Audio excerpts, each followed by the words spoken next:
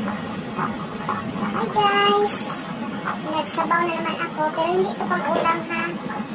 Pang ano to siya, parang juice siya. Water chestnut. Balik-balik lang to guys pag malapit na ang winter. Ang summer. So, water chestnut to guys. Para sa bata, pwede din sa mga malalaki. Ang ano to siya. Maraming benefits dito guys sa katawan natin. Ano to siya, corn, tapos carrot, water chestnut, saka yung buhok ng mais, tapos ano pa ba? Tubo. Maraming tubo din sa atin, maraming sugar cane, so makapaggawa kayo dyan sa atin. May mga corn din sa atin dyan, saka carrot, water chestnut, iwan ko. Ako to, naabay water chestnut sa ito, or naabay sa kuwan sa sugar.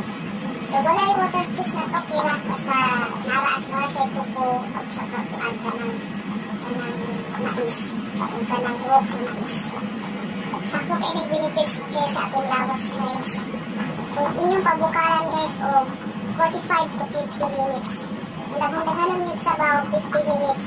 Pero paitusan mo siya nimo. Paitusan mo lang.